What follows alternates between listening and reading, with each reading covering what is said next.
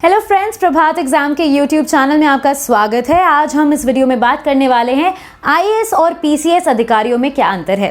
लेकिन उससे पहले अगर आपने प्रभात एग्जाम के चैनल को सब्सक्राइब नहीं किया है तो अभी जाकर कर लीजिए और उस बेल आइकन को भी क्लिक करना मत भूलिएगा ताकि आप हमारे कोई भी अपडेट्स मिस ना कर पाएं। तो शुरुआत करते हैं आज की वीडियो से। दोस्तों, प्रत्येक साल लाखों अभ्यर्थी आईएएस और पीसीएस परीक्षा के लिए आवेदन करते हैं और सफल होते हैं। हालांकि इन दोनों ही परीक्षाओं में सफल उम्मीदवार की संख्या बहुत ही कम होती है और वो कुल आवेदन के 1% से भी कम होते हैं। फिर भी युवाओं में इन परीक्षाओं के लिए क्रेज लगातार बढ़ता ही जा रहा है, लेकिन बहुत कम लोग इस नौकरी से जुड़े प्रतिष्ठा, सम्मान और विशेषाधिकार को अच्छी तरह जानते हैं। तो आइए इस वीडियो में हम जानते हैं कि आईएएस और पीसीएस अधिकारी में क्या अंतर होता है और इन्हें किस प्रकार का सम्मान और विशेष अधिकार प्राप्त होते हैं। पहले जानते हैं कि इन दोनों पदों के लिए चयन प्रक्रिया क्या है।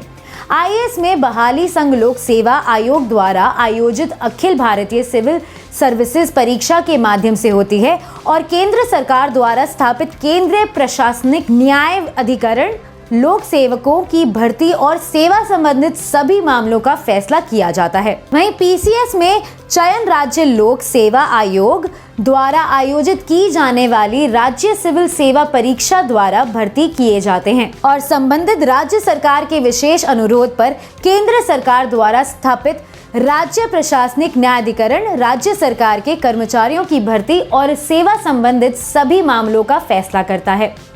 अब अगर परीक्षा के पैटर्न की बात करें तो आईएएस के लिए परीक्षा 3 चरणों में प्रारंभिक, मुख्य और साक्षात्कार में होती है।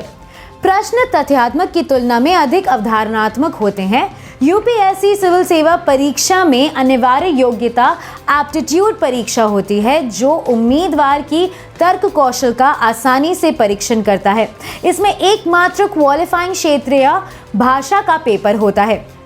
पीसीएस के लिए भी परीक्षा 3 चरणों में होती है, लेकिन इसमें अवधारणात्मक प्रश्नों की बजाय तथ्यात्मक प्रश्नों पर जोर दिया जाता है। राज्य लोक सेवा परीक्षा में सीसेट का पेपर हो भी सकता है और नहीं भी। कुछ राज्यों में अनिवार्य रूप से क्षेत्रीय भाषा का पेपर या सांख्यिकी का पेपर होता है। यहाँ इस बात को जानना भी आवश्यक है कि कुछ राज्यों ने इस परीक्षा के लिए यूपीएससी स्तर के सिलेबस और प्रश्नों को व्यवहार में लाया है। नियुक्ति। आईएएस अधिकारियों की नियुक्ति भारत के राष्ट्रपति द्वारा होती है, लेकिन ये उन्हें आवंटित किए गए कैडर में राज्य सरकार के अधीन कार्य करते हैं।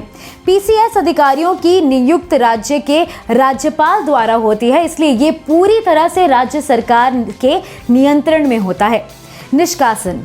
एक आईएएस अधिकारी को सेवा से निष्कासित करने का अधिकार सिर्फ केंद्र सरकार को होता है। राज्य सरकार के पास इन अधिकारियों के स्थानांतरण, निलंबन और निष्कासन का पूरा अधिकार होता है। वेतन और वेतनमान।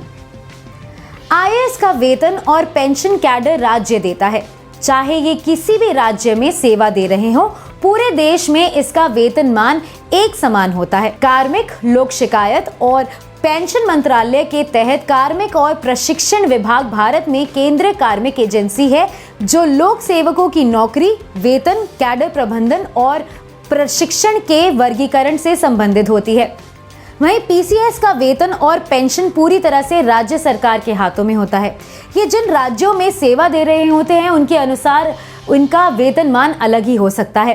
कार्मिक विभाग या फिर आम प्रशासनिक विभाग राज्य की केंद्रीय कार्मिक एजेंसी होती है और यही एजेंसी इनकी नौकरी, वेतन, कैडर प्रबंधन और प्रशिक्षण के वर्गीकरण से संबंधित होती है। पदोन्नति और पद।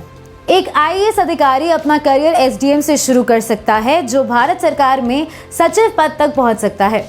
नौकरी शुरू करने के बाद एक आईएएस अधिकारियों को जिला के कलेक्टर बनने में करीब 5 से 7 वर्षों का समय लग सकता है। इनकी कार्य प्रणाली सभी जानते हैं और सभी पदोन्नतियां समय पर होती हैं। एक पीसीएस अधिकारी अपने राज्य सेवा के नियमों के अनुसार करियर की शुरुआत करता है। पीसीएस अधिकारियों की पदोन्नति की प्रक्रिया जिन आईएएस अधिकारियों के साथ काम कर रहे होते हैं उनकी तुलना में धीमी होती है। राज्य सेवा में काम करने वाले व्यक्ति को आईएएस अधिकारी के पद जितना प्रगति करने में 15 से 17 वर्षों का समय लग सकता है और संभव है उस ऊंचाई तक पहुंचने से पहले वो सेवानिवृत्त भी हो जाए। हालांकि अखिल भारतीय सेवा अधिनियम 1951 के वरिष्ठ पदों पर 33 वर्षों से अधिक नहीं होना चाहिए और आईएएस, आईपीएस और आईएफएस सेवाओं के लिए तिहाई पद राज्य सेवा में नियुक्त अधिकारियों के पदोन्नति द्वारा भरी जाने की आवश्यकता है। अन्य अवसर: आईएएस अधिकारी निर्देश के अनुसार केंद्र सरकार के विदेशों के स्थित अलग अलग कार्यालयों में प्रतिनियुक्ति के आधार पर अपनी सेवाएं देते हैं। आईएएस अधिकारी अंतर कैडर स्थानांतरण के पात्र होते हैं और आवश्यकता के अनुसार इन्हें अलग अलग राज्यों में प्रतिनियुक्ति के आधार पर नियुक्त किया जा सकता है। पीसीएस अधिकारी को अलग अलग विभागों में प्रतिनियुक्ति के आधार पर नियुक्त किया जा सकता है, लेकिन अपने कैडर राज्य में ही। हालांकि भारतीय प्रशासनिक सेवा और राज्य लोक सेवा दोनों ही सेवाओं को देश में प्रशासनिक शासन के सुचारू संचालन के एक एजेंडे के तहत बनाया गया था, लेकिन राज्य के अनुसार नौकरी के नियमों और विनियमों में अंतर है। हमारे देश में स्पष्ट क्षेत्रीय विविधता की वजह से व्यापक राज्य केंद्रित सेवा की आवश्यकता है, इसलिए एक स्थानीय प्रशासक के लिए लोगों की तत्काल आवश्यकताओं को समझने में सक्षम होना और उनकी क्षेत्रीय स्थितियों के अनुसार प्रतिक्रिया देना अत्यंत आवश्यक है। फिलहाल इस वीडियो में बस इतना ही। अगर आपको ये वीडियो पसंद आया है तो इसे लाइक, शेयर, कमेंट करना मत भूलिएगा और प्रभात एग्जाम के YouTube चैनल को भी सब्सक्राइब करना मत भूलिएगा और बेल आइकन को भी क्लिक करना मत भूलिएगा ताकि आप हमारे कोई भी अपडेट्स और वीडियोस मिस ना कर पाएं।